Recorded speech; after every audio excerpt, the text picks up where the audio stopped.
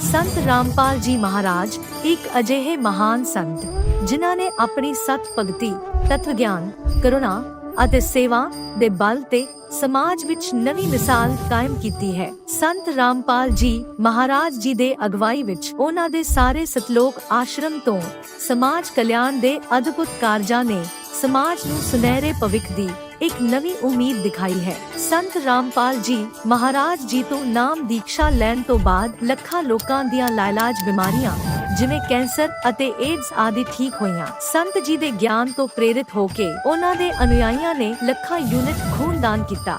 ਸੰਤ ਜੀ ਨੇ ਲੱਖਾਂ ਭੈਣ ਬੇਟੀਆਂ ਦੇ ਦਹੇਜ ਮੁਫਤ ਵਿਆਹ ਕਰਵਾਏ।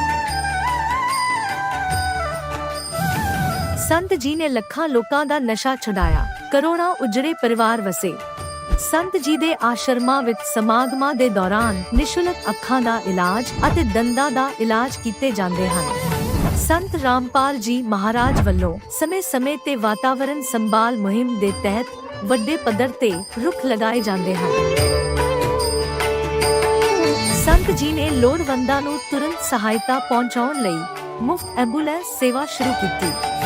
ਸੰਤ ਜੀ ਆਪਣੇ ਅਨੁਯਾਈਆਂ ਨੂੰ ਦੇ ਦਾਨ ਲਈ ਪ੍ਰੇਰਿਤ ਕਰਦੇ ਹਨ, ਜਿਸ ਨਾਲ ਮਾਨਵਤਾ ਦੀ ਸੇਵਾ ਅਤੇ ਸਿਹਤ ਸੇਵਾਵਾਂ ਦੇ ਖੇਤਰ ਵਿੱਚ ਸੁਧਾਰ ਹੋ ਸਕੇ। ਸੰਤ ਰਾਮਪਾਲ ਜੀ ਮਹਾਰਾਜ ਜੀ ਦੇ ਸਾਰੇ ਆਸ਼ਰਮਾਂ ਵਿੱਚ ਹਰ ਰੋਜ਼ ਮੁਫਤ ਭੰਡਾਰਾ ਆਯੋਜਿਤ ਕੀਤਾ ਜਾਂਦਾ ਹੈ, ਜਿੱਥੇ ਹਰ ਧਰਮ, ਹਰ ਵਰਗ ਅਤੇ ਹਰ ਜਾਤ ਦੇ ਲੋਕ ਇਕੱਠੇ ਬੈਠ ਕੇ ਭੋਜਨ ਕਰਦੇ ਹਨ।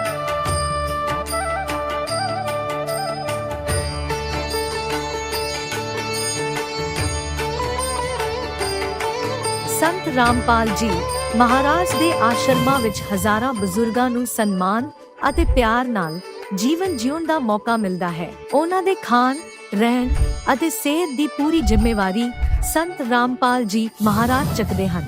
ਅਨਾਥ ਬੱਚਿਆਂ ਲਈ ਸੰਤ ਰਾਮਪਾਲ ਜੀ ਮਹਾਰਾਜ ਦੇ ਸਾਰੇ ਆਸ਼ਰਮ ਕਿਸੇ ਵਰਦਾਨ ਤੋਂ ਘੱਟ ਨਹੀਂ ਹਨ। ਇੱਥੇ ਉਹਨਾਂ ਨੂੰ ਪੜ੍ਹਾਈ, ਸੰਸਕਾਰ ਅਤੇ ਭਵਿੱਖ ਲਈ ਬਿਹਤਰ ਮੌਕੇ ਪ੍ਰਦਾਨ ਕੀਤੇ ਜਾਂਦੇ ਹਨ। ਚਾਹੇ ਹੜ੍ਹ ਹੋਵੇ, ਭੂਚਾਲ ਹੋਵੇ ਜਾਂ ਮਹਾਮਾਰੀ, ਸੰਤ ਰਾਮਪਾਲ ਜੀ ਮਹਾਰਾਜ ਅਤੇ ਉਹਨਾਂ ਦੇ ਅਨੁਯਾਈ ਲੋੜਵੰਦਾਂ ਲਈ ਸਭ ਤੋਂ ਅੱਗੇ ਖੜੇ ਰਹਿੰਦੇ ਹਨ। ਕੋਵਿਡ ਮਹਾਮਾਰੀ ਦੇ ਦੌਰਾਨ ਸੰਤ ਰਾਮਪਾਲ ਜੀ ਮਹਾਰਾਜ ਦੇ ਆਸ਼ਰਮਾਂ ਤੋਂ ਕਰੋੜਾਂ ਲੋਕਾਂ ਲਈ ਖਾਣਾ, ਦਵਾਈਆਂ ਅਤੇ ਜੀਵਨ ਰੱਖਿਅਕ ਸਮੱਗਰੀ ਉਪਲਬਧ ਕਰਵਾਈ ਗਈ।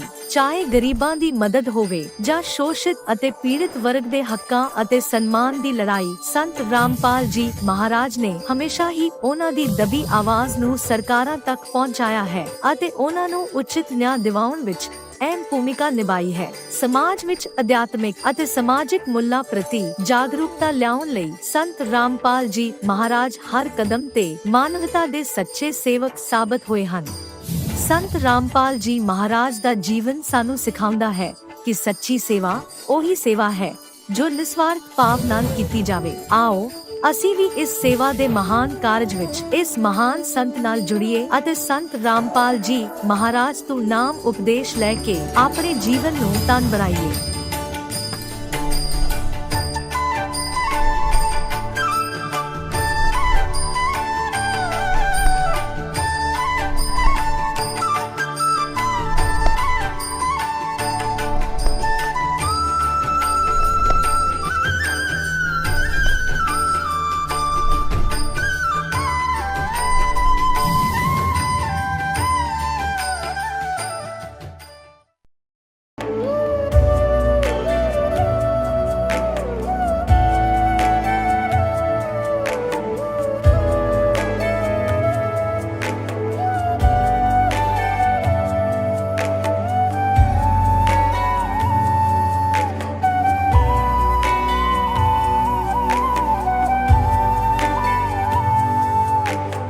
कौन ब्रह्मा का पिता है, कौन विष्णु की मां, शंकर का दादा कौन है, हमको दे बता।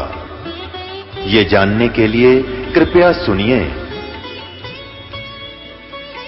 जगत गुरु तत्वदर्शी संत रामपाल जी महाराज के अमृत वचन सर्व पवित्र धर्मों के पवित्र शास्त्रों के आधार पर। सच्चे राह दिखाने वाला सरोज देवी, रुद्रपुर, उत्तराखंड की एक साधारण महिला जिन्होंने अपना जीवन देवी देवताओं के प्रति पूरी आस्था के साथ समर्पित किया था। व्रत करती थीं, पूजा पाठ में लीन रहती थीं, लेकिन फिर भी उनके जीवन में कठिनाइयों का अंत नहीं था। बचपन से ही उनके मन में एक सवाल गूंजता रहता था, हम कहां से आए हैं? हमारे जीवन का असली मकसद क्या है? परिवार में मुश्किलें कम नहीं थीं।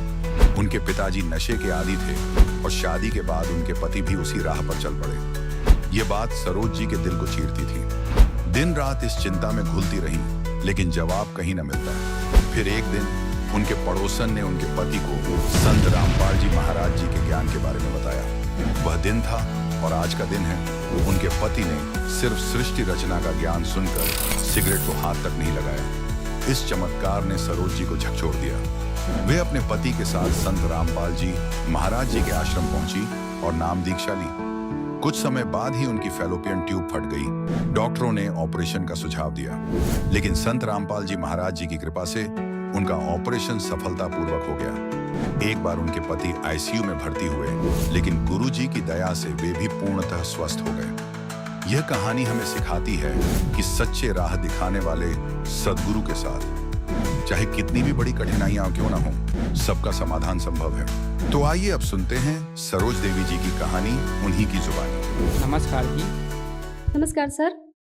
क्या नाम है जी आपका? सरोज देवी सर। बहन जी आप कहाँ से हैं?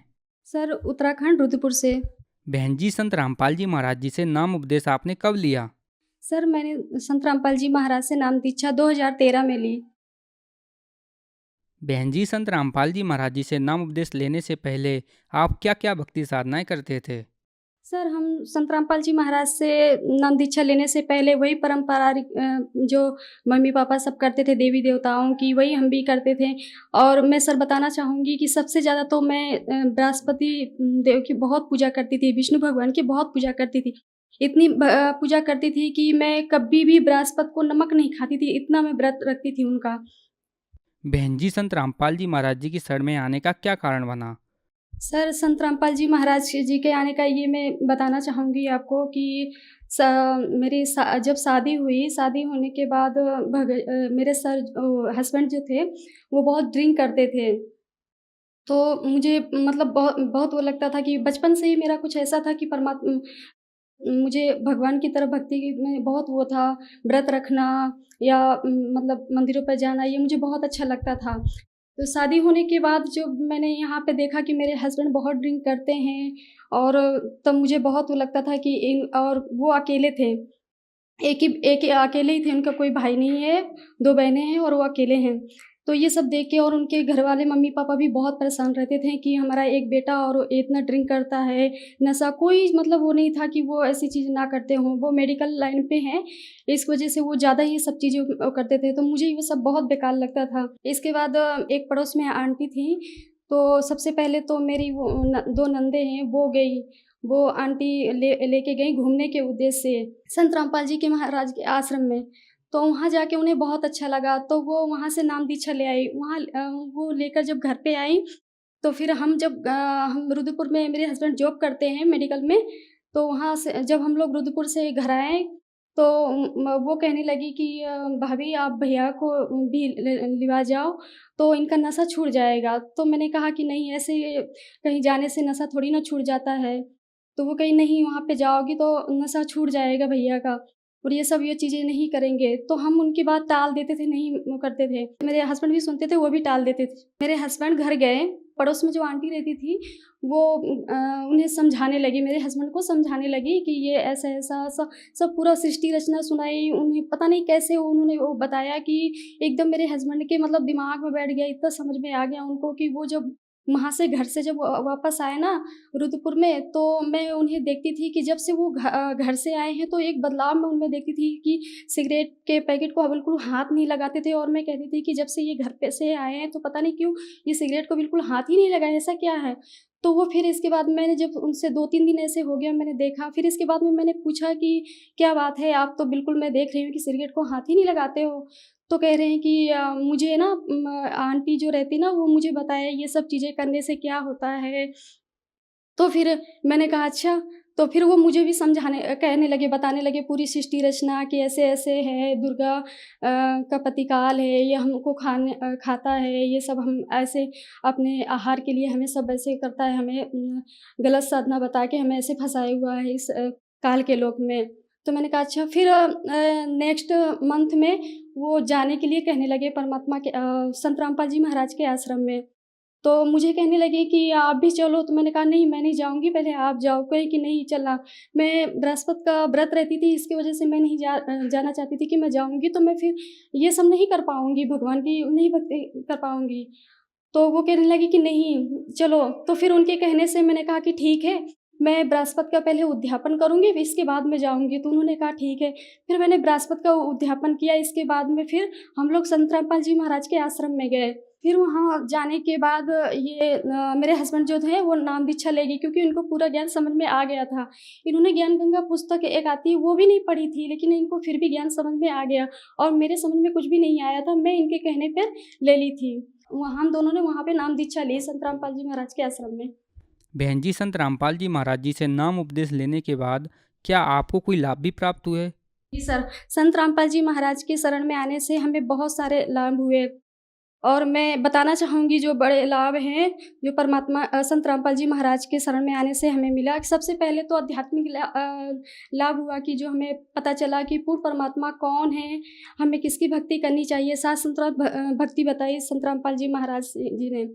और दूसरा कि मेरे हस्बैंड जो थे वो ड्रिंक करते थे, तो मतलब ड्रिंक करके अपने फादर्स के सामने कभी वो सिगरेट भी, उनको पता ही नहीं चलता था कि ये हमसे मतलब बड़े हैं, हमें रिस्पेक्ट करना चाहिए, और इनके सामने हम ऐसे सिगरेट लेके पी रहे, वो भी उन्हें वो नहीं होश नहीं रहता था।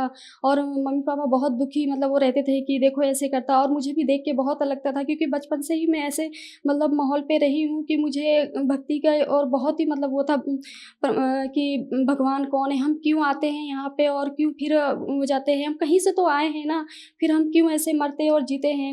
इसका मुझे बहुत वो लगता था कि क्या ये है जीवन, ये क्या ज़िंदगी है जो आते हैं और हम बस फिर मर के फिर चले जाते हैं क्या। मुझे बहुत इस चीज़ का वो लगता था। मैं गुजरात से, मेरी मम्मी पापा पूरी फैमिली गुजरात में रहती हैं, तो मैं वहाँ मेरे पापा भी कभी-कभी ड्रिंक करते थे, तो मैं उनको भी मना करती थी, तो वो नहीं मानते थे, कहते थे कि तुम तो यही बोलती रहती हो कि मत करो, ये तो मैं अपना थोड़ा-सा करने के लिए करता हूँ, काम करके आके थकावट के लिए, तो मुझे नहीं अच्छा लगता था, मैं उनको भी मना करती थी। फिर शादी के बाद भी ऐसे मेरे हस्बैंड करते थे, वहाँ भी मुझे बहुत वो लगता था। इसके बाद वो ये सब करते थे, लेकिन संत रामपाल जी महाराज के शरण में आने से वो सारी चीज़ें छूट गई कि मैं आपको बता नहीं सकती हूँ कि जो इंसान इतना ड्रिंक करता हो दिन में, रोज़ डेली जो 1-1 2-2 हज़ार की जो पी जाता हो, उसका सोचो कि वो जिसका नशा ऐसा छूट जाए तो वो कितना बड़ा मतलब वो होगा। संत रामपाल जी महाराज से पहला लाभ तो हमारा ये हुआ सर जी। दूसरा लाभ मैं आपको बताना चाहूँगी कि मेरे 1 डेढ़ महीना की प्रेगनेंसी थी, तो मैंने डॉक्टर को दिखाया, तो डॉक्टर ने कहा नहीं ये नहीं है और ऐसे ही है। तो हमने इस बीच सोच दिया कि चलो नहीं है, ऐसे ही है। फिर इसके बाद मुझे हल्का-हल्का पेट में दर्द होता था, पेन होता था, तो हमने फिर मतलब हमें मतलब डाउट था कि लग रहा है कि है, डॉक्टर ने तो मना कर दिया है। चेक किया था हमने, तो उसमें मतलब पॉजिटिव बताया था, प्रेगनेंसी थी, और डॉक्टर को दिखाया तो उसमें कुछ भी नहीं निकला अल्ट्रासाउंड में। फिर इसके बाद जो है कि हमने परमात्मा से मतलब वो लगाई, पहले भी एक बार हो चुका था, तो हमने संत रामपाल जी महाराज से हमने अर्जी लगाई, तो वहाँ से हमें आदेश आया संत रामपाल जी महाराज का कि परमात्मा दया करेंगे। तो हमने मतलब वो कर लिया कि ठीक है, मालिक जो कह दिया संत रामपाल जी महाराज ने, हमारे गुरुजी ने, बस वही वो है। फिर हम बिल्कुल मतलब बेफ़िक्र हो गए। इसके बाद 15 दिन के बाद मेरी जो ट्यूब मतलब वो थी जिसमें बच्चा था, वो एकदम मतलब फट गया। दिन का समय था और 10 साढ़े 10 बज रहे थे। इतना ज़ोर मतलब पेट में दर्द हुआ, अचानक से मतलब उल्टियाँ हुई, और मैं सीधा बाथरूम में गई और इतना चक्कर आया कि अगर किसी और को चक्कर आता ना, तो वो घूम के गिर जाता, लेकिन नहीं, मैं संत रामपाल जी महाराज के दिए हुए मंत्र का जाप करती रही। और मैं मतलब वहाँ से मतलब ऐसा होने के बाद में मैं अपने वो घर पे काम करने लगी। मैं पोछा झाड़ू जो भी वो रेगुलर काम होता है वो मैं करने लगी। इसके बाद में मेरे हस्बैंड आए, वो बोले ये सब छोड़ो और हॉस्पिटल चलना है दिखाने के लिए। तो मैंने कहा क्यों नहीं, मैं ठीक हूँ, मैं तो अपने घर का काम कर रही थी, मुझे कुछ था ही नहीं। संत रामपाल जी महाराज के इतने मतलब मंत्रों में शक्ति है कि मतलब कुछ भी मुझे वो नहीं हो, थोड़ी सी हल्की हल्की वीकनेस महसूस हो रही थी। मैं हॉस्पिटल गई दिखाने के लिए, तो वहाँ पे मतलब चेकअप हुआ। वहाँ पे देखा कि मतलब जो ट्यूब थी वो फट गई थी। इसके बाद मतलब ब्लड भी कम हो गया था। तो डॉक्टर ने कहा कि इतना मतलब वो करने के बाद ये इतना मतलब सही से हैं, काम भी करते रही, उनको तो कुछ भी ऐसा नहीं लग रहा है। लेकिन संत रामपाल जी महाराज की दया से मुझे कुछ भी मतलब ऐसा महसूस नहीं हो रहा था कि मतलब ट्यूब फटी है। मैं बिल्कुल वैसे ही काम करती थी जैसे रोज़ करती हूँ, बस हल्की सी वीकनेस हो रही थी और चक्कर सा हल्का सा आ रहा था। फिर डॉक्टरों ने ऑपरेशन के लिए कहा, तो मेरे हस्बैंड ने फिर मतलब एडमिट कर दिया और मेरा ऑपरेशन हुआ। ऑपरेशन के दौरान में जो मतलब होता है, तो मैं संत रामपाल जी महाराज के दिए का सतनाम करती रही। और इसके बाद में ऑपरेशन मेरा हुआ और मैं आज आपके सामने हूँ, बिल्कुल स्वस्थ हूँ। सर जब हॉस्पिटल में गए मेरे हस्बैंड लिवा के, तो वहाँ पे मतलब डॉक्टर ने जब देखा तो कहा कि नहीं, ये तो हो ही नहीं सकता कि मतलब इतना ट्यूब फटने के बाद और ये मतलब बिल्कुल ऐसे मतलब वो दिखाई दे रहे, स्वस्थ दिखाई दे रही हैं, ऐसा तो हो ही नहीं सकता है।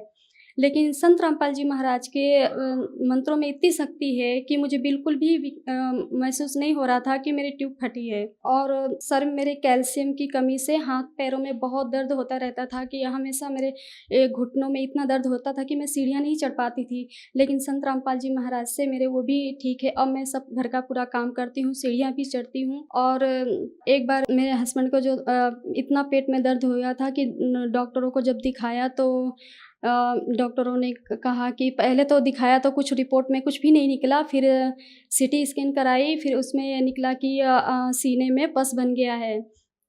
फिर वहाँ ऑपरेशन के लिए कह दिया। तो हम मतलब बहुत घबरा गए थे, घर वाले भी सब बहुत वो हो गए थे।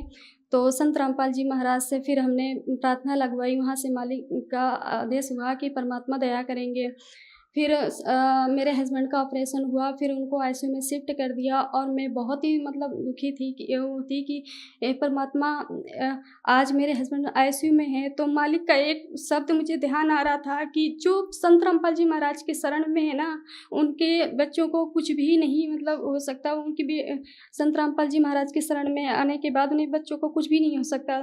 फिर मेरे हस्बैंड जो थे वो आईसीयू में शिफ्ट के सुबह उनको निकाला गया, वो ठीक थे। फिर इसके बाद में 15 दिन के बाद उनको हॉस्पिटल से वहाँ से डिस्चार्ज किया गया। फिर वो तुरंत संत रामपाल जी महाराज जी से आश्रम गए। वहाँ से संत रामपाल जी महाराज से गुरुजी से आशीर्वाद लिया। इसके बाद वो पूरी तरह स्वस्थ हैं। आज तक उन्हें कोई भी एक दवाई नहीं खाई। बहन जी, जैसा कि आपने बताया कि संत रामपाल जी महाराज जी की शरण में आने के बाद आपको बहुत सारे लाभ प्राप्त हुए, तो जो दर्शक आज आपको टीवी पर देख रहे हैं, खास करके माताएं बहनें, उनके लिए आप क्या संदेश देना चाहेंगे? सर मैं उनके लिए ये कहना चाहूँगी कि देखो आजकल की बहुत ही न्यू पीढ़ियाँ हैं जो नशे से बहुत परेशान हैं, उनसे मैं खास करके उन बहनों से मैं हाथ जोड़ के प्रार्थना करना चाहती हूँ कि जिनके भी पति नशा करते हैं वो संत रामपाल जी महाराज जी की शरण में आए और उनका ज्ञान समझे और उनसे नाम दीक्षा लेके अपना जीवन सफल बनाए। बहन जी, संत रामपाल जी महाराज जी से कैसे जुड़ सकते हैं? सर संत रामपाल जी महाराज से नाम दीक्षा लेने के लिए बहुत ही आसान आज तो कर दिया है परमात्मा ने कि टीवी में चैनल आता है और चैनल में नीचे पट्टी आती है, उन पे कांटेक्ट नंबर लिखे होते हैं। उन नंबरों से आप संपर्क करके आप नाम दीक्षा ले सकते हैं और अपना जीवन सफल बना सकते हैं। धन्यवाद जी। नमस्कार सर। अब जगत गुरु तत्वदर्शी संत रामपाल जी महाराज जी के सत्संग के माध्यम से उस अद्वितीय आध्यात्मिक ज्ञान के बारे में जानते हैं जिसके माध्यम से आप भी प्राप्त कर सकते हैं ऐसे आध्यात्मिक, मानसिक और भौतिक सुख जो अभी तक आपने सिर्फ मीराबाई, ध्रुव, प्रहलाद जैसे कुछ ही भक्तों की जीवन कथा में सुने होंगे। अब सुनिए तत्वदर्शी संत के संग शास्त्र अनुकूल भक्ति सत्संग, ऐसा अद्वितीय आध्यात्मिक ज्ञान जिसका है सर्वधर्मों के पवित्र शास्त्रों में प्रमाण। अब वो परमात्मा स्वयं वहां से चलकर आते हैं अपने द्वारा रची हुई सृष्टि को वही ठीक ठीक बताते हैं और यथार्थ ज्ञान वही आकर देते हैं। वो ज्ञान समझाते हैं, मनुष्य की तरह चलकर आते हैं। अपनात्मा इस काल भगवान ने इन अज्ञानी ऋषि महर्षियों मंडलेश्वरों गुरुओं ब्राह्मणों द्वारा, ब्राह्मण कार से या कोई जाति से नहीं है, ये समझना चाहिए, क्योंकि हम वेदिक ज्ञान सुनते नहीं। ब्राह्मण का अर्थ जो गुरु पद पर होता है वो ब्राह्मण है, यानी जो ज्ञान देता है परमात्मा के बारे में, जिसको जानकार मानते हैं। ब्राह्मण सोए जो ब्रह्म पहचाने, ब्राह्मण उसको कहते हैं जिसने भगवान को जान लिया है। लेकिन वो ना जान रहे थे, ब्राह्मण को वहां थे, ऋषि महर्षि थे नहीं, महर्षि को वहां थे। आज उनको महर्षि कहना पड़ता है, लेकिन वो महर्षि के योग नहीं है। उनको ब्राह्मण कहना पड़ता है, लेकिन ब्राह्मण के योग नहीं थे। जैसे मेरे गुरुदेव थे, वो ब्राह्मण थे इस जाति के हिसाब से। हरियाणा में गांव पैंतावास, दादरी के पास बड़ा पैंतावास और जिला भिवानी, उस बड़े पैंतावास के गांव के रहने वाले ब्राह्मण जाति हैं। लेकिन वो अपने आप को ब्राह्मण नहीं कहते थे, वो संत रामदेवानंद कहते थे, वो संत थे। और मेरे जो दादा गुरुजी थे, गुरुजी के गुरुजी, वो छावला गांव है दिल्ली में, नजफगढ़ से आगे गुड़गांव की तरफ जाते हैं, छावला ऑन रोड पड़ता है। उस छावला गांव के जाट थे, किसान, और वो काशी विद्यापीठ से 4 विषय के आचार्य बन गए। वो पंडित चिदानंद कहलाते थे, वो ब्राह्मण कहलाते थे। अब उस हमारे दादा गुरुजी का जो आश्रम बना हुआ है, गोपालपुर गांव है खरखोदा के पास, जिला सोनीपत में, उनके आश्रम के ऊपर लिखा है पंडित चिदानंद जी आश्रम। और हमारे गुरुदेव के जहां आश्रम है संत राम देवानंद जी आश्रम। तो यहां जाति से ब्राह्मण नहीं है, कर्म से ब्राह्मण के लिए कहा गया है। तो ये नकली गुरु ब्राह्मण जो गुरु पद पर थे, इनको कह का पता नहीं था, ये कहलाते थे ऋषि और महर्षि। तो ये समझ नहीं सके उस परमात्मा की अमरवाणी को।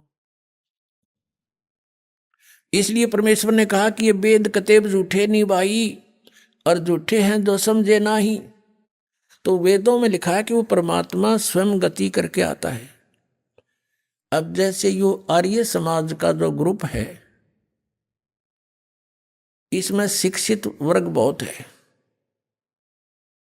और लेकिन वो अक्षर ज्ञान है, उनको अध्यात्म ज्ञान नहीं।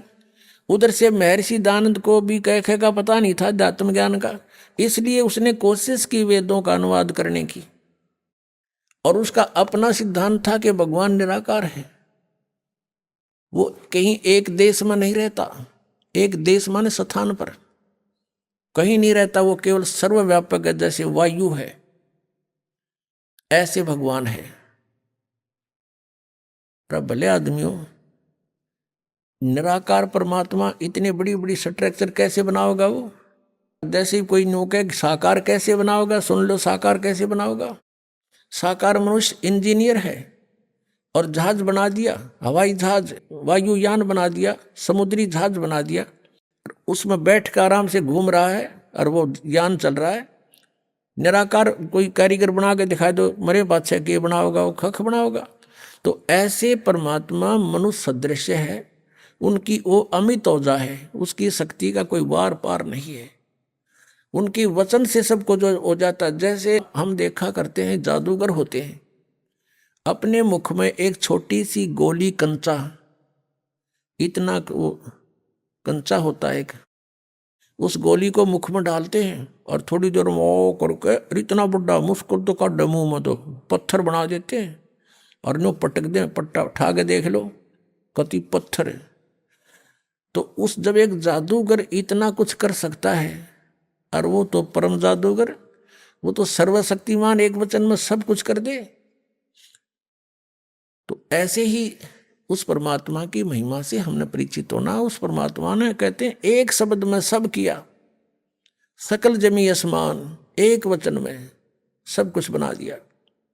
तो समर्थ है, वो कुछ भी कर सकता है। तो वो जानकारी स्वयं ही आकर दी। और ये निराकार बताओ भगवान को, और वेद के साकार है, निराकार है, मनुष्य सदृश है वो। अपने आत्माओं इसलिए परमात्मा कहा करते, मोती मुक्ता दर्शत नाही, ये जग है सब अंदरे, दिखत के तो नैन चश्म, इनका फिरा मोतिया बंदरे। ये दिख है विद्वान पुरुष और महर्षि को हमें, इनका मोतिया बंद है। जिसका मोतिया बंद हो आंखों में, आंखें तो दिखाई देती हैं जैसे बड़ा स्वस्थ आंखें हैं, सब कुछ दिखता होगा, लेकिन वो नपट अंधा है जिसका मोतिया बंद हो गया दोनों आंखों में। तो परमात्मा कहते हैं कि तुमने ये महर्षि दिखाई दे, गुरु ब्राह्मण दिखाई देते हैं, ये मंडलेश्वर, इनका मोतिया बंद हो रहा है, इन्हें अपने सदग्रंथों में लिखी हुई सच्चाई का नहीं पता। और फिर निराकार कहते। अब दिखाते हैं आपको परमात्मा की सारी स्थिति, देखिएगा ऋग्वेद मंडल नंबर 9 अब दिखाते हैं, और सूक्त नंबर 86। भगवान साकार है या निराकार है, वो कैसी लीला करता है। ये है ऋग्वेद मंडल नंबर 9, 10 इकट्ठा अनुवाद है। ये है सार्वदेशिक आर्य प्रतिनिधि सभा, महर्षि दयानंद भवन, रामलीला मैदान, नई दिल्ली से ये प्रकाशित है। और ये मुद्रक है Prince offset printer 1510 Pataudi house Daryaganj नई दिल्ली से ये छपा है, छप्पा खाना इसका ये। अब देखना ये है ऋग्वेद मंडल नंबर 9 और सूक्त 86 का मंत्र नंबर 26। इसमें लिखा है कि यज्ञ करने वाले यजमानों के लिए परमात्मा, यज्ञ करने वाले माने धार्मिक अनुष्ठान यानी साधना करने वाले, यजमान माने भक्तों के लिए परमात्मा सब रास्तों को सुगम करता हुआ, उनके विघ्नों को मर्दन करता है और उनको पवित्र करता हुआ और अपने रूप को सरल करता हुआ वह कांति में परमात्मा। यह लिखना था कबीर देव, कवि कोई भी सर्वज्ञ नहीं हो सकता जिसको सारा ज्ञान हो। कवि कविता बना सकता है, ये कबीर देव लिखना था यहाँ पर। वो कबीर देव विद्युत के समान यानी आकाशीय बिजली की तरह सेकंड में नीचे आ जावे, क्रीड़ा करता हुआ, ऐसे लीला करता हुआ वर्णीय पुरुष को यानी अच्छी आत्मा को प्राप्त होता है। अच्छी आत्मा को आके मिलता है वो, जैसे आदरणीय धर्मदास जी को मिले, आदरणीय नानक साहिब जी को मिले, आदरणीय मुल्कदास साहिब जी को मिले, आदरणीय दादू साहिब जी को मिले, आदरणीय गरीबदास साहिब जी गांव छुरानी जिला दद्दर हरियाणा वाले को मिले, आदरणीय गीसा दास साहिब जी गांव खेखड़ा यूपी मेरठ वाले को मिले। अच्छे पुरुष को आकर प्राप्त होता है। वो कहाँ रहता हो भगवान? 27वें श्लोक में ऋग्वेद मंडल नंबर 9 और सूक्त नंबर 86 का 26 पढ़कर 27 में पागे। इसमें इन्होंने ये जो निराकार मानते थे भगवान को और वेद बता रहे हैं, वह परमात्मा प्रकाश पुंज परमात्मा को, जो परमात्मा ध्युलोक के तीसरे पृष्ठ पर विराजमान है, वहां रहता है। तीसरे एक स्थान पर रहता है ध्युलोक के यानी उस तेजों में लोक सतलोक के एक स्थान पर, तीसरे स्थान पर विराजमान है, वहां रहता है। निराकार क्यों करो भगवान जब वहां बैठा है? आगे दिखाते हैं। यह है ऋग्वेद मंडल नंबर 9 सूक्त 82 का। ऋग्वेद मंडल नंबर 9 और सूक्त 82। और यहां देखें ये है 82वां, 81वां समाप्त हुआ, ये 82वां शुरू हो जाता है। इसका प्रथम मंत्र इसमें लिखा है कि जो सर्वोत्पादक प्रभु, सबकी उत्पत्ति करने वाला परमेश्वर प्रकाश रूप है। इसका अर्थ है वो तेजो में स्वरूप साकार है, सद्गुणों की वृष्टि करने वाला, पापों का हरण करने वाला, पाप नाश करने वाला, पाप क्षमा करने वाला है। वह राजेव, राजा के समान, राजेव इसका अर्थ है राजा के समान आगे लिखा है। ये देखना, ये 269 पृष्ठ पे पढ़ रहे हैं। कोई भ्रमत कर देगा कि दूसरा पृष्ठ दिखा दिया होगा। ये 270 दिखाऊंगा। ये देखो 270 यहाँ लिखा है 82 का, पहला पढ़ रहे हैं 82 का, 9 के 82 का। राजा के समान दर्शनीय है, वो देखने जोगा है, विजिबल है, वो साकार है, राजा की तरह तो मनुष्य जैसा ही हुआ। और वह है पृथ्वी आदि लोक लोकांतरों के चारों ओर शब्दमान हो रहा है। वह वर्णीय पुरुष को, वर्णीय माने अच्छी आत्मा को, श्रेष्ठ पुरुष को, जो दृढ़ भक्त है, जो दृढ़ भक्त है उसको पवित्र करता हुआ प्राप्त होता है। जैसे आदरणीय धर्मदास साहिब जी को, जो दृढ़ भक्त थे उसके बाद डगमग नहीं हुए, आदरणीय मुलुकदास साहिब जी को, आदरणीय दादूदास साहिब जी को, आदरणीय गरीबदास साहिब जी गांव छुड़ानी जिला जज्जर हरियाणा वाले को, और आदरणीय गीसा दास साहिब जी को गांव खेखड़ा मेर यूपी वाले को। ये दृढ़ भक्त आज तक डगमग नहीं हुए, दुनिया को हिला के रख दिया इन्होंने। इनको भगवान में ले आकर के को पवित्र करता हुआ प्राप्त होता है वर्णीय पुरुष अच्छी आत्मा को। जिस प्रकार विद्युत माने आकाशीय बिजली स्नेह वाले स्थानों को आधार बनाकर प्राप्त होता है। देखो कितना स्पष्ट किया इन्होंने। ऋग्वेद मंडल नंबर 9 और सूक्त नंबर 81 में कति कंसेप्ट क्लियर कर दिया कि वो परमात्मा राजा की तरह देखने जोगा है। राजा का अर्थ है कि वो शक्तिशाली होता है, मनुष्य सदृश ही है, राजा के समान है और साकार है, देखने जोगा है। और वो अच्छी आत्मा को वहां से चलकर आकर मिलता है ये, और जो दृढ़ भक्त होते हैं उनको मिलता है, अन्य को नहीं। जैसे आकाश की बिजली, आकाशीय बिजली गिरती है, वो किसी वस्तु पर गिरती है जहां उसका विशेष अट्रैक्शन बनता है। पुराने समय में जब कांसी धातु के बेले थाली हुआ करते प्रांत, और उनको अगर वर्षा के दिनों में कहीं बाहर वो पड़े रह जाते तो हमारे बुजुर्ग दादी माता कहा करते थे कि कांसी के बर्तन पर बिजली गिर जाती है, जब उसका संयोग होता है ऊपर से गिरने का, तो वहां अवश्य उसी को तुरंत वहीं आकर के अट्रैक्ट होती है, उस कारण उस खिंची आती है, उसी पर गिरती है। उसको उठवाकर अंदर रखवा दिया करते थे। तो कहने का भाव ये है कि परमात्मा उस बिजली की तरह, जैसे वो अपने विशेष जिस पर वो आकर्षण होता वहीं गिरती है, ऐसी स्थिति से परमात्मा उन दृढ़ भक्तों को आकर मिलता है जो मिलन योग्य हों, जिनको वो उनसे आकर्षित होता है, ताकि ये मेरी आगे बढ़ा सके, इस ज्ञान को, काल के जाल को हटा सके, मेरे प्यारी आत्माओं तक ये संदेश पहुंचा सके। और उनका क्या कर ले, आंखें देखें जब भी ना मानो न भगवान मिल लेगा, उन तक काला मिल लेगा जहाँ ये रह रहे हैं। अब 9वें मंडल सूक्त 82 का मंत्र 1 पढ़ लिया, अब 2 दिखाते हैं, देखिएगा। ऋग्वेद मंडल नंबर 9 सूक्त 82 का हमने ये पढ़ लिया, अब 2 पढ़ते हैं। वो परमात्मा किस उद्देश्य से आता है? हे परमात्मन, उपदेश करने की इच्छा से आप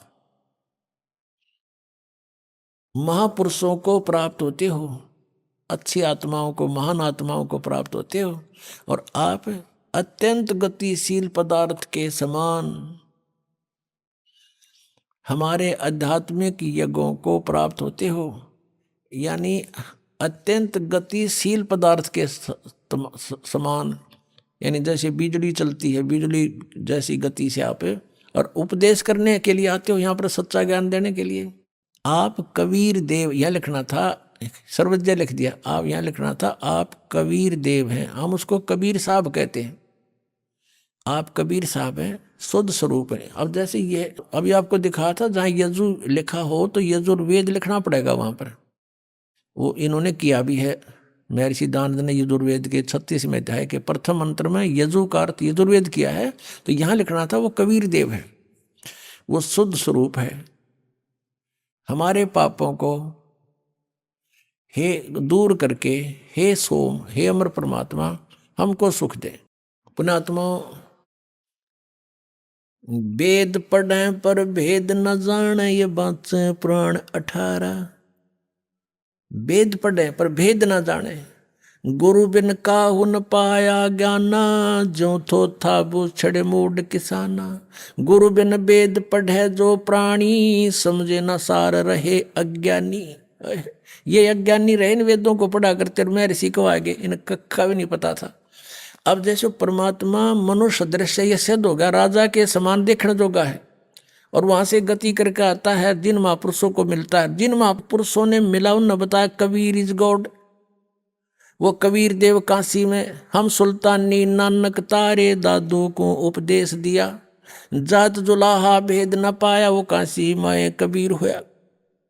आदरणीय गरीबदास साहिब जी गांव छोड़ानी जिला जद्दर वाले, जिनको भगवान आकर मिले थे, क्या कहते हैं गरीबदास साहिब ने फिर बताया है कि या दुनिया दा जीवन झूठा भूल गए मर जाने नू, और सर्व कला सतगुरु साहिब की हरियाए हरियाणे नू।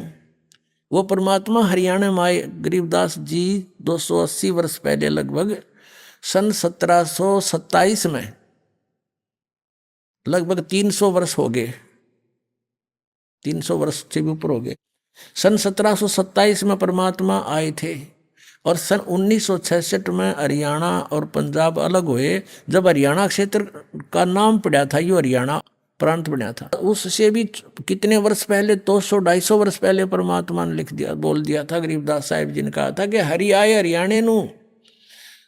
उनके वचन से फिर यो हरियाणा क्षेत्र आज बनकर रहा, ताकि हम इस परमात्मा की वाणी को समझा सकें।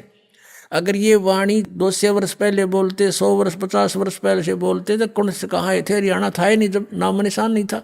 तो ये हरियाणा बनवा दिया, रीबिया वाणी हमारे को याद दिला दी कि हरि आए हरियाणे नू। इनको पता था मालिक का कि इस वाणी का कहाँ आवश्यकता पड़ेगी, किस समय में। तो वो गरीबदास साहिब जी को परमात्मा मिले, और वो कहते हैं भगवान हरियाणा में आए भाई, हमारे हमें मिले। और वेद कहते हैं वो अच्छी आत्माओं को आकर मिलते हैं। तो मनुष्य सदृश है परमात्मा। गरीबदास साहिब ने कहा है कि हमरे ही हुनियार है, हमारा सृजनहार, हमारे हुनियार का, हमारे जैसा हमारा स्वरूप, हमारे जैसा स्वरूप है, मनुष्य सदृश है। और वेद बताते हैं कि वो नर आकार है, वो परमात्मा मनुष्य सदृश है। आपको दिखाते हैं कौन कौन से वेदों में, और आपको अभी दिखाएंगे। ऋग्वेद मंडल नंबर 7 और सूक्त नंबर 11 के मंत्र नंबर 3 में लिखा है मनुष्यवत अग्ने। अग्नि माने परमेश्वर, हे मनुष्य के समान परमात्मा। ऋग्वेद मंडल नंबर 7 सूक्त 2 के मंत्र 3 में फिर लिखा है कि मनुष्यवत अग्नि मनुना, हे मनुष्य के समान भगवान, मनुष्य तुल्य, मनुष्यवत, हे मनुष्य जैसे भगवान। मनुना, मनुना माने एक, जैसे एक विद्वान पुरुष की तरह आप आते हो और ज्ञान का भंडारा खोल देते हो। ऋग्वेद मंडल नंबर 1 सूक्त 44 में मंत्र नंबर 11 में मनुष्यवत देव, देव माने परमेश्वर, हे मनुष्य के समान भगवान। ऋग्वेद मंडल नंबर 1 सूक्त 31 के मंत्र 17 में मनुष्यवत अग्नि, हे मनुष्य जैसे भगवान। ऋग्वेद मंडल नंबर 1 सूक्त 46 का मंत्र 13 में लिखा कि मनुष्यवत शंभु, मनुष्य के समान है कल्याणकारक परमात्मा। शंभु माने भगवान। ऋग्वेद मंडल नंबर 8 सूक्त 18 के मंत्र 21 में नरवत वरुण, नरवत, हे मनुष्य कैसे भगवान। ऋग्वेद मंडल नंबर 8 सूक्त 43 के मंत्र 13 में मनुष्यवत अग्नि। ऋग्वेद मंडल नंबर 8 सूक्त 43 के मंत्र 27 में मनुष्यवत अंगीरा है। अंगीरा माने परमात्मा, तेजो में शरीर युक्त। इनमें सब में लिखा कि परमात्मा मनुष्य सदृश है। आपको दिखाते हैं। ऋग्वेद मंडल नंबर 1 का अनुवाद महर्षि दानद ने कर रखा है, और इसने कोशिश की है कि मैं अड़ंगा अड़ाऊं और इसको खत्म कर दूं कि कोई पढ़ ना ले कि तय मनुष्य के तुल परमात्मा लिखा है। पहले इसी का दिखाते हैं। ऋग्वेद मंडल नंबर 1 सूक्त नंबर 31 के मंत्र 17 में ये देखिएगा, ये प्रथम मंडल है, महर्षि दानंद जी का अनुवाद है। इसमें प्रकाशक है सार्वदेशिक आर्य प्रतिनिधि सभा 3/5 महर्षि दानंद रामनाथ मैदान नई दिल्ली से। और ये है मुद्रक हैं सम्राट printers and binders 1606 Pataudi house Daryaganj नई दिल्ली से। ये इसका मुद्रक बदल गया है पहले वाले से। ये देखिएगा, ये है ऋग्वेद मंडल नंबर 1 और सूक्त 31, इसका मंत्र नंबर 17 है। ये 17, इसमें क्या लिखा है कि मनुष्यवत अग्नि, इसका अनुवाद इसका कहाँ लिखा है इसने, ये देखो मनुष्यवत, इसका अनुवाद क्या मेरी सिद्धांत, इसको क्या मनुष्यवत, और अग्नि को इसने अलग जगह लिख दिया, अग्नि, अग्नि यहां कर दिया और मनुष्यवत को इसने यहां ले लिया, अग्नि पहले लगा दिया। तो इसने लिखा कि हे पवित्र अंगिरह माने प्राण के समान धारण करने वाले, अंगिरह माने भी परमेश्वर होता है। यहां लिखना था मनुष्यवत अग्नि, अंगिरह है अंगिरस, अंगिरसवत अंगिरह है, यातिवत सदने पूर्वम सूचे। अब इसका अर्थ देखते हैं इनके द्वारा। हे पवित्र प्राण के समान धारण करने वाले, यानी भी प्राणी की तरह आप आते हो परमेश्वर। ये क्या सब विद्याओं से सर्वतक व्यापक सभाध्यक्ष, यहाँ भगवान का नामों निशान मिटा दिया, सभाध्यक्ष लिख दिया अग्नि को। आगे देखो, आप मनुष्यों के मनुष्यवत, मनुष्यों के आने जाने के समान, ये लिखना था मनुष्य के समान, मनुष्यवत, मनुष्य के समान, आम आदमी पढ़ सके इसने, मनुष्य के समान। और वाह शरीर, वाह का क्या अर्थ होता है अनुवाद करते समय, या वाह का अर्थ होता है या के अर्थ कंटिन्यू होना चाहिए इसका अर्थ। शरीर व्यापक प्राण वायु के सदृश राज्य क्रम व्यापक पुरुष के तुल, अंगिर से माने आप एक साधारण मनुष्य की तरह, या ययातिवत, जैसे पुरुष यज्ञ के साथ कर्मों को सिद्ध करते कराते हैं, उस उत्तम प्रतिष्ठा वाले विद्वान विद्या देने वाले हैं। इसका कोई सिर पैर नहीं, कहीं पर भी देख लो अनुवाद का। इसका अर्थ है आप एक साधारण मनुष्य की तरह आते हो, और जैसे एक जन साधारण अपने हाथों से कार्यक्रम करके अपने कर्म काम करके उस तरह आप आते हो, और पूर्ववत है परमात्मा पहले की तरह फिर से आइए, आप ज्ञान देते हो हमें, आप फिर से यहाँ आइए अपने आत्माओं। अब ये सच्चाई आपके सामने आएगी तो फिर आपको हैरान रह जाओगे कि भगवान बता, इसे भी मैं ऋषि व्याघ्र जन ज्ञान को समझाने उसका अडंगा कर दिया। ये देखो इसकी और कलाबाजी दिखाऊं मैं ऋषि दयानंद की, कैसे बट्ठा बैठा रखा अनुवादों का।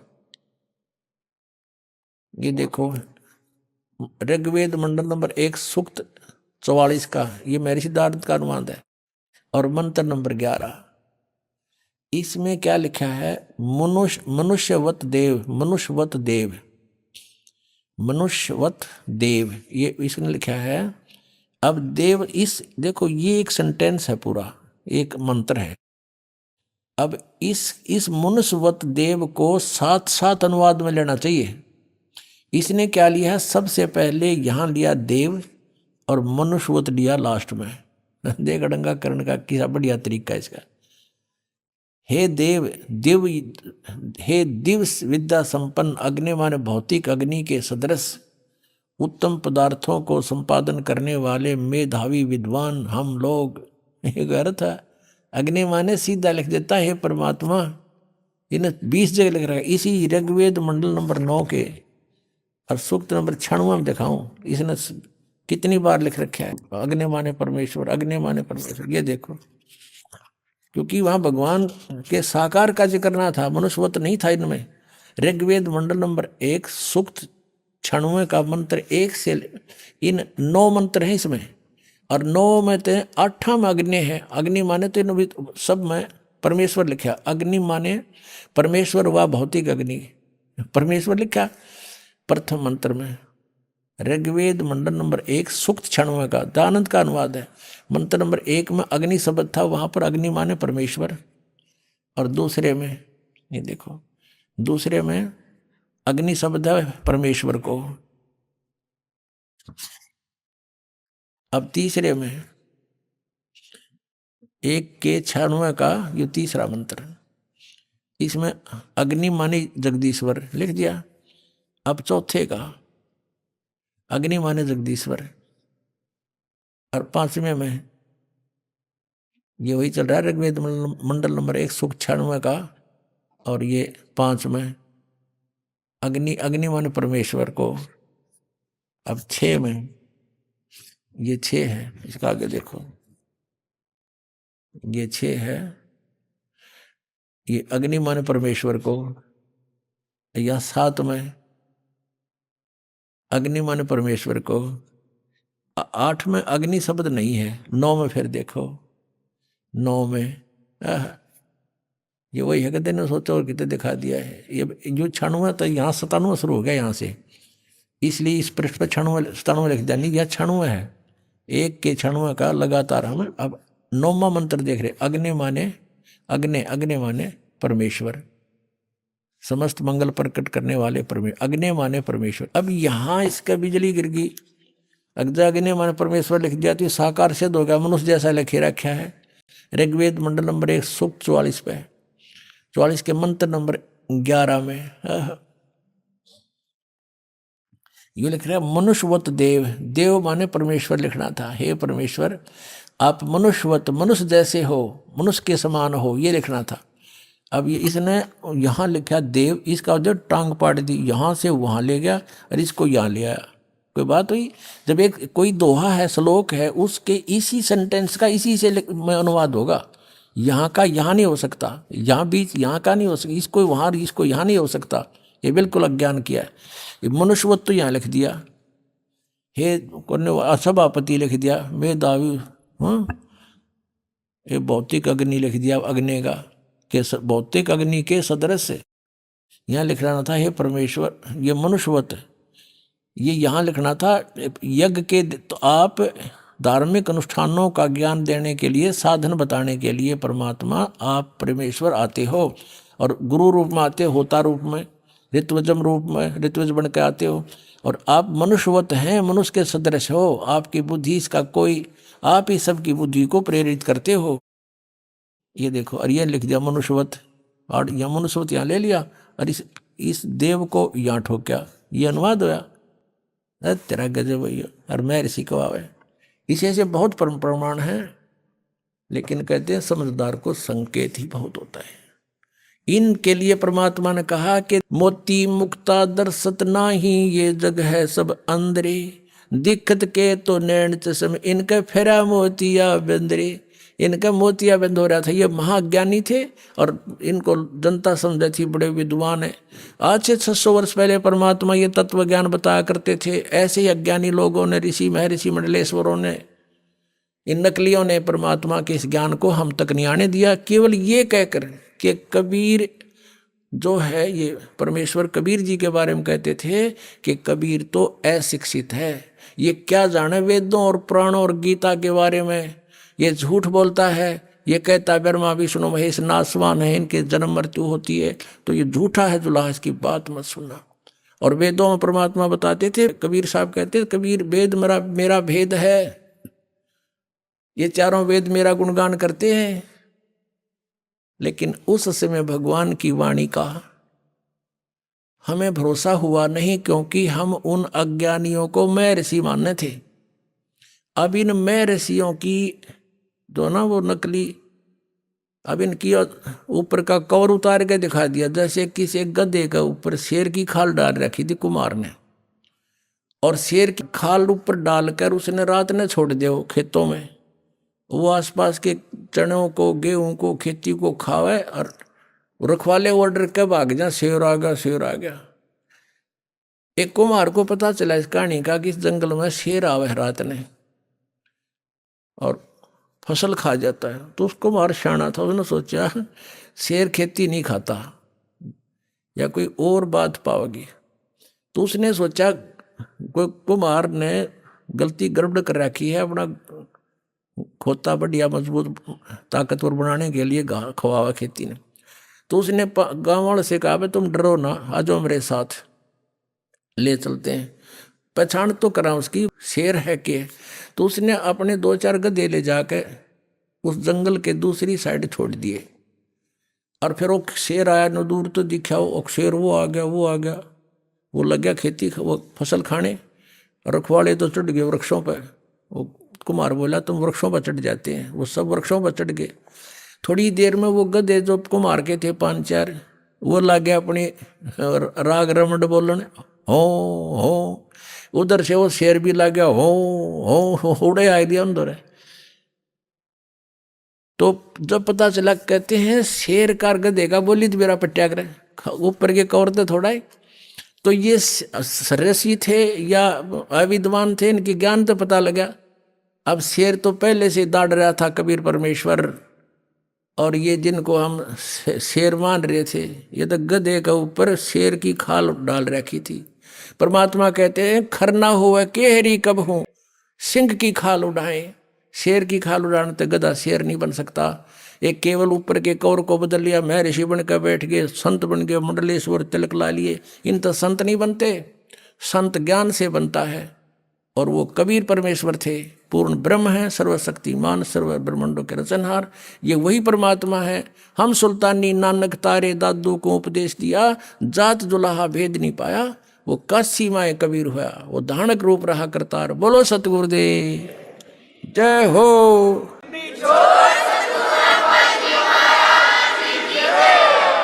अभी आपने सुने संत रामपाल जी महाराज के मंगल प्रवचन। आइए अब सुनते हैं संत रामपाल जी महाराज से नाम दीक्षा लेकर सतभक्ति करके अद्भुत लाभ प्राप्त करने वाले अनुयायी के विचार। नमस्कार भैन जी। सत साहब जी। ਭੈਣ ਜੀ ਕੀ ਨਾਮ ਹੈ ਤੁਹਾਡਾ? ਸੁਰਿੰਦਰ ਦਾਸੀ। ਭੈਣ ਜੀ ਤੁਸੀਂ ਕਿੱਥੋਂ ਆਏ ਹੋ? ਮੋਹਾਲੀ ਤੋਂ। ਭੈਣ ਜੀ ਸੰਤ ਰਾਮਪਾਲ ਜੀ ਮਹਾਰਾਜ ਜੀ ਤੋਂ ਨਾਮ ਦੀਕਸ਼ਾ ਲੈਣ ਤੋਂ ਪਹਿਲੇ ਤੁਸੀਂ ਕੀ ਸਾਧਨਾ ਕਰਦੇ ਹੁੰਦੇ ਸੀ?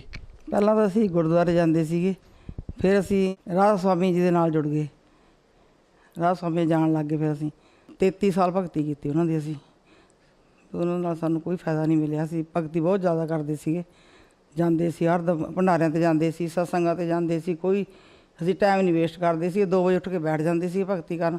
ਉਹਦੇ ਨਾਲ ਸਾਡੇ ਤਾਂ ਗੋਡਿਆਂ 'ਤੇ ਵੀ ਦਰਦ ਹੋਣ ਲੱਗ ਗਏ, ਬੈਠੇ ਬੈਠੇ ਥੱਕ ਜਾਂਦੇ ਸੀਗੇ। ਫਿਰ ਭਗਤੀ ਕਰਦੇ ਕਰਦੇ ਵਿੱਚ ਹੀ ਬਿਮਾਰੀਆਂ ਆ ਗਈਆਂ, ਲੜਾਈ ਝਗੜੇ ਹੋਣ ਲੱਗ ਗਏ। ਸਾਨੂੰ ਕੋਈ ਨਹੀਂ ਫਾਇਦਾ ਆਇਆ ਉੱਥੋਂ।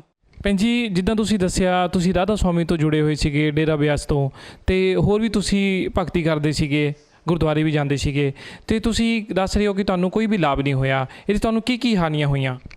ਹਾਨੀਆਂ ਹੋਈਆਂ ਬਸ ਸਾਡਾ ਕੰਮ ਨਹੀਂ ਚੱਲਦਾ ਸੀਗਾ। ਗ੍ਰਸਤੀ ਵਿੱਚ ਸਾਨੂੰ ਭੂਤ ਪ੍ਰੇਤਾਂ ਦੀ ਵਾਧਾ ਆ ਗਈ, ਉਹ ਵਾਧਾ 'ਚ ਅਸੀਂ ਫਸੇ ਰਹੇ। ਕੋਈ ਕੰਮ ਨਹੀਂ ਕਿਤੇ ਬਣਦਾ ਸੀ। ਜਾਂਦੇ ਭੂਤ ਪ੍ਰੇਤਾਂ ਜਾ ਕੇ ਅਸੀਂ ਫਿਰ ਉਹਨਾਂ ਕੋਲ ਵੀ ਜਾਣ ਲੱਗ ਗਏ ਜਿਹੜੇ ਭੂਤ ਪ੍ਰੇਤਾਂ ਬਾਰੇ ਦੱਸਦੇ ਸੀ। ਉੱਥੋਂ ਵੀ ਸਾਡਾ ਕੋਈ ਨਹੀਂ ਹੋਇਆ। ਪੈਸੇ ਦੇ ਕੇ ਆ ਜਾਂਦੇ ਸੀ ਉਹਨਾਂ ਨੂੰ ਕਿ ਅੱਜ ਕੰਮ ਬਣ ਜੂ, ਕੱਲ੍ਹ ਬਣ ਜੂ। ਕੋਈ ਕੰਮ ਨਹੀਂ ਬਣਦਾ ਸੀ ਸਾਡਾ। ਫਿਰ ਅਸੀਂ ਉਹਨਾਂ ਦੀ ਬਸ ਮੇਰੇ ਮੰਮੀ ਵੀ ਰਾਧਾ ਸਵਾਮੀ ਸੀਗੇ, ਅਤੇ ਉਹਨਾਂ ਨੂੰ ਫਿਰ ਫੂਡ ਪਾਈਪ ਦੀ ਕੈਂਸਰ ਹੋ ਗਿਆ।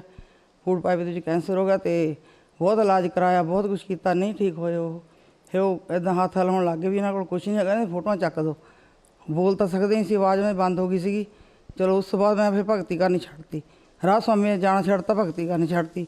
ਫਿਰ ਮੈਂ ਆਪਣੇ ਸੁਖਮਨੀ ਸਾਹਿਬ ਦੇ ਪਾਠ ਕਰਨ ਲੱਗ ਗਈ, ਜਪਜੀ ਸਾਹਿਬ ਦੇ ਪਾਠ ਕਰਨ ਲੱਗ ਗਈ, ਅਤੇ ਫਿਰ ਮੇਰੇ ਸੇ ਕੁਛ ਕਰਨ ਲੱਗ ਗਏ ਸੀ। ਫਿਰ ਅਸੀਂ ਭੈਣ ਜੀ ਤੁਸੀਂ ਸੰਤ ਰਾਮਪਾਲ ਜੀ ਮਹਾਰਾਜ ਜੀ ਤੋਂ ਨਾਮ ਦੀਕਸ਼ਾ ਕਦ ਤੋਂ ਲਈ? 14 ਅਪ੍ਰੈਲ ਆਪਣੇ 2013 'ਚ। ਭੈਣ ਜੀ ਤੁਸੀਂ ਸੰਤ ਰਾਮਪਾਲ ਜੀ ਮਹਾਰਾਜ ਜੀ ਤੋਂ ਹੀ ਨਾਮ ਦੀਕਸ਼ਾ ਕਿਉਂ ਪ੍ਰਾਪਤ ਕੀਤੀ? ਹਾਂਜੀ, ਉਹ ਬ੍ਰਦਰ ਮੇਰੇ ਸੀਗੇ ਜੀ। ਮੈਂ ਆਪਣੇ ਬ੍ਰਦਰ ਕੋਲ ਹੀ ਰਹਿਣ ਲੱਗ ਗਈ ਸੀ ਆ ਕੇ। ਜਦੋਂ ਮੇਰੀ ਡੈਥ ਹੋ ਗਈ ਸੀ ਹਸਬੈਂਡ ਦੀ, ਉਦੋਂ ਬਾਅਦ ਮੈਂ ਬ੍ਰਦਰ ਕੋਲ ਆ ਗਈ, ਅਤੇ ਬ੍ਰਦਰ ਨੇ ਫਿਰ ਸਾਰੇ ਚੈਨਲ ਦੇਖਦਾ ਸੀ ਭਗਤੀ ਵਾਲੇ ਵੀ, ਕੌਣ ਕੋਈ ਗੁਰੂ ਕੀ ਦੱਸਦਾ, ਕੋਈ ਗੁਰੂ ਕੀ ਦੱਸਦਾ। ਇੱਕ ਦਿਨ ਅਚਾਨਕ ਹੀ ਉਹਨਾਂ ਤੋਂ ਸੰਤ ਰਾਮਪਾਲ ਜੀ ਮਹਾਰਾਜ ਦਾ ਸਾਧਨਾ ਚੈਨਲ 'ਤੇ ਪ੍ਰੋਗਰਾਮ ਲੱਗ ਗਿਆ। ਉਹਨੇ ਕਈ ਦਿਨ ਦੇਖਿਆ।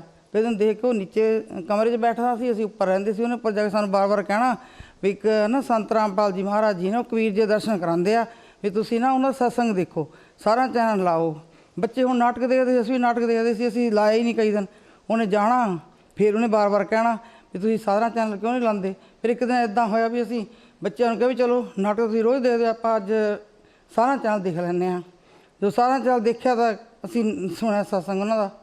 ਕਈ ਦਿਨ ਸਤਸੰਗ ਸੁਣਦੇ ਰਹੇ, ਇੰਟਰਵਿਊਆਂ ਵੀ ਸੁਣਦੇ ਰਹੇ। ਭਰਾ ਵੀ ਸਾਡੇ ਕੋਲ ਬਹਿ ਜਾਂਦਾ ਸੀ ਆ ਕੇ, ਅਤੇ ਚਲੋ ਸੁਣਦੇ ਸੁਣਦੇ ਫਿਰ ਉਹ ਕਹਿੰਦੇ ਵੀ ਬੁੱਕ ਵੀ ਮਿਲਦੀ ਆ, ਬੁੱਕ ਤੁਸੀਂ ਮੰਗਾਓ। ਅਸੀਂ ਬੁੱਕ ਵੀ SMS ਕਰਤੀ, ਮੇਰੀ ਬੇਟੀ ਨੇ ਬੁੱਕ ਵੀ ਅਸੀਂ ਮੰਗਾਈ। ਉਹ ਪੜ੍ਹੀ ਨਹੀਂ ਅਸੀਂ, ਇੰਨੀ 2-3 ਪੇਜ ਹੀ ਪੜ੍ਹੇ ਸੀਗੇ। ਬਰੀਕ ਅੱਖਰ ਹੋਣ ਕਰਕੇ ਕਿਹਾ ਵੀ ਹੁਣ ਸਤਸੰਗ ਤਾਂ ਸੁਣੇ ਹੋਏ ਨੇ, ਵੀ ਚਲੋ ਨਾਮਦਾਨ ਲੈ ਆਉਂਦੇ ਹਾਂ ਜਾ ਕੇ। ਹੁਣ ਸਾਨੂੰ ਪਤਾ ਹੈ ਨਹੀਂ ਬਰਵਾਲਾ ਕਿੱਥੇ ਆ, ਫਿਰ ਅਸੀਂ ਉਹਨਾਂ ਨੂੰ ਫੋਨ ਕਰੀ ਜਾਣਾ ਅਸੀਂ 1.5 ਮਹੀਨਾ ਤਾਂ ਐਂ ਕੱਢਤਾ ਜਾਣ ਦੇ ਚੱਕਰ 'ਚ ਹੀ। ਸਾਡੇ ਤੋਂ ਜਾ ਹੀ ਨਹੀਂ ਹੋਇਆ। ਜਦੋਂ ਅਸੀਂ ਗਏ ਫਿਰ ਪੁੱਛੋਗੇ ਤੁਸੀਂ ਬੱਸ ਲੈ ਕੇ 17 ਚੋਂ ਵੀ ਚੰਡੀਗੜ੍ਹ ਤੋਂ ਲੈ ਕੇ ਸਿੱਧੇ ਬਰਵਾਲੇ ਉਤਰ ਜਾਓ ਆ ਕੇ। ਹਾਂਜੀ ਅਸੀਂ ਮਾਂ ਬੇਟੀ ਗਏ ਜੀ ਬਰਵਾਲੇ। ਫਿਰ ਉਹ ਸਾਨੂੰ ਬੱਸ ਵਾਲੇ ਨੇ ਅੱਗੇ ਲਾਤਾ ਆਸ਼ਰਮ ਦੇ। ਫਿਰ ਅਸੀਂ ਅੰਦਰ ਬੜੇ ਜਦੋਂ ਸਾਨੂੰ ਬਹੁਤ ਅੱਛਾ ਲੱਗਿਆ। ਜੁੱਤੀ ਜਮ੍ਹਾਂ ਕਰਾਈ ਅੱਗੇ ਗਏ। ਸਾਨੂੰ ਕੁਛ ਨਹੀਂ ਪਤਾ ਸੀ ਉੱਥੇ ਕੀ ਹੁੰਦਾ ਕੀ ਨਹੀਂ ਹੁੰਦਾ। ਪਹਿਲੀ ਵਾਰ ਗਏ ਸੀ, ਪਤਾ ਹੀ ਨਹੀਂ ਸੀ। ਉਹ ਕਹਿੰਦੇ ਜੀ ਚਲੋ ਇੱਥੇ ਤੁਹਾਨੂੰ ਉਹਨੇ ਸਾਡੀ ਤਲਾਸ਼ੀ ਦੂਸੀ ਲਈ। ਫਿਰ ਕਹਿੰਦੇ ਤੁਹਾਨੂੰ ਇੱਥੇ ਫਾਰਮ ਭਰਨਾ ਪੈਣਾ ਤੁਸੀਂ ਮਰਿਆਦਾ ਸਮਝ ਲਓ। ਅਸੀਂ ਆਖਿਆ ਅਸੀਂ ਮਰਿਆਦਾ ਕੁਛ ਨਹੀਂ ਸਮਝਣਾ ਗਾ, ਵੀ ਸਾਨੂੰ ਤਾਂ ਨਾਮ ਦੇ ਦਿਓ ਅਸੀਂ ਤਾਂ ਨਾਮ ਵੱਲ ਹੀ ਪੈ ਗਏ ਵੀ ਨਾਮ ਹੀ ਲੈਣਾ ਬਸ।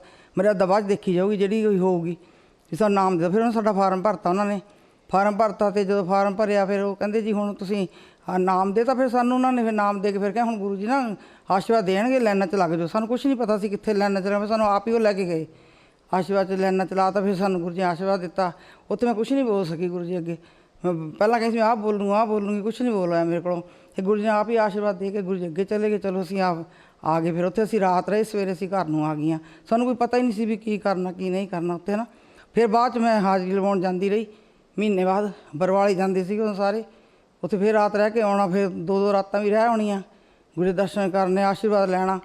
ਚਲੋ ਉਦੋਂ ਹੁੰਦੇ ਭਗਤੀ ਵੀ ਕਰੀ ਜਾਣੀ। ਮਾਲਕ ਨੇ ਭਗਤੀ ਕਰੋ ਹੈ ਨਾ। ਪਹਿਲਾਂ ਸਾਨੂੰ ਭਗਤੀ ਦਾ ਵੀ ਨਹੀਂ ਪਤਾ ਸੀ ਕਿੱਦਾਂ ਕਰਨੀ ਹੈ ਕਿੱਦਾਂ ਨਹੀਂ ਕਰਨੀ। ਸਾਨੂੰ ਇੰਨਾ ਟਾਈਮ ਲੱਗਦਾ, ਪਤਾ ਨਹੀਂ ਲੱਗਦਾ ਸੀ ਵੀ ਅਸੀਂ ਕਿੰਨਾ ਕੁ ਟਾਈਮ ਲਾਉਣਾ। ਸਾਨੂੰ ਗੁਰੂ ਦੇ ਦਰਸ਼ਨ ਵੀ ਦੇਣੇ ਵਿੱਚ ਹੈ ਨਾ। ਅਤੇ ਚਲੋ ਅਸੀਂ ਭਗਤੀ ਮਾਲਕ ਨੇ ਸਾਨੂੰ ਸਿੱਧੇ ਰਾਹ ਪਾਤਾ। ਅਸੀਂ ਤਾਂ ਬਹੁਤ ਸਾਨੂੰ ਪਤਾ ਹੀ ਸੀ ਗਿਆਨ ਕੀ ਆ, ਕਿੱਥੇ ਜਾਣਾ, ਕੀ ਕਰਨਾ, ਕਿੱਦਾਂ ਅਸੀਂ ਭਗਤੀ ਕਰਨੀ ਆ। ਬਸ ਇੱਦਾਂ ਹੀ ਲੱਗੇ ਰਹੇ ਸੀ ਜਿਵੇਂ ਦੁਨੀਆ ਲੱਗੀ ਹੋਈ ਸੀ, ਉਹਨਾਂ ਦੇ ਮਗਰ ਹੀ ਲੱਗੇ ਹੋਏ ਸੀ। ਬਸ ਇੱਦਾਂ ਭਗਤੀ ਆ, ਪਤਾ ਹੀ ਨਹੀਂ ਸੀ ਕੁਛ। ਗੁਰੂ ਜੀ ਐਡਾ ਬੜਾ ਗਿਆਨ ਸਾਨੂੰ ਮਿਲਿਆ। ਸਾਨੂੰ ਇਹਦੇ ਬਾਰੇ ਕੁਛ ਨਹੀਂ ਪਤਾ ਸੀਗਾ। ਸਾਨੂੰ ਆਪਣੇ ਚਰਨਾਂ 'ਚ ਲਿਆ ਪਰਮਾਤਮਾ ਨੇ, ਸੰਤ ਰਾਮਪਾਲ ਜੀ ਮਹਾਰਾਜ ਜੀ ਨੇ।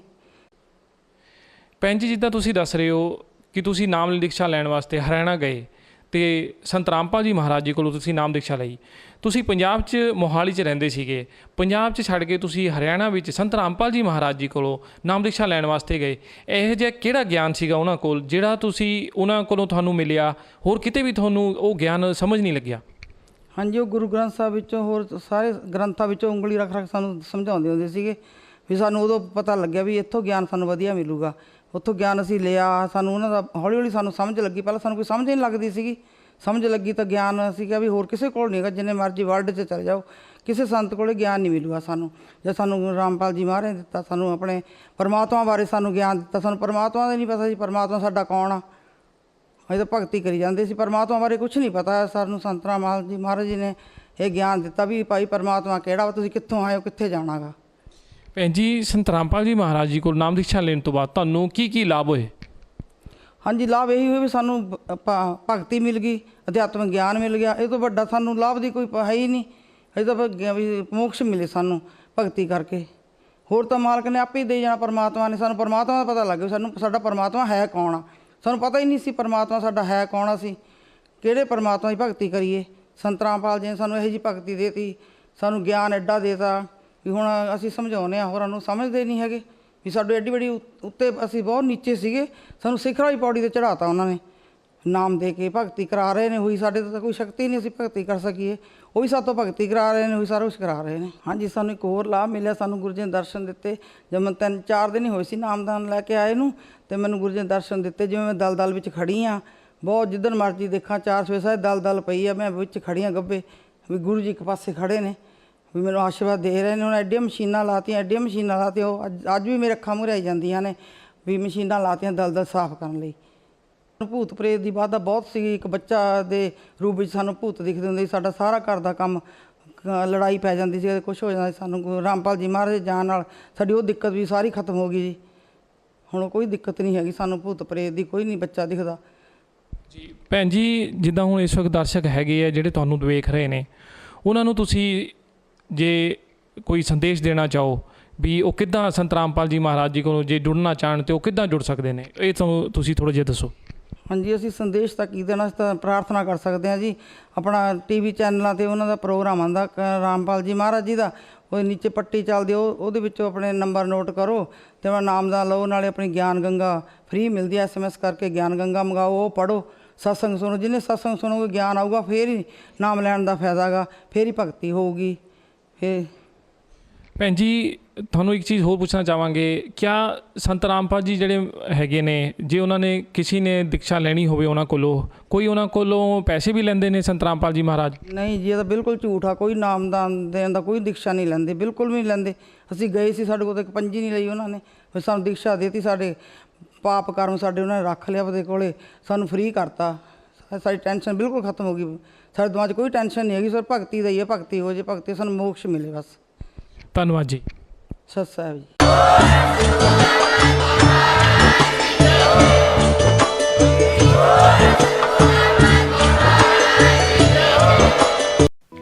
आप सुन रहे थे जगत गुरु तत्वदर्शी संत रामपाल जी महाराज के मंगल प्रवचन। अधिक जानकारी के लिए संपर्क करें।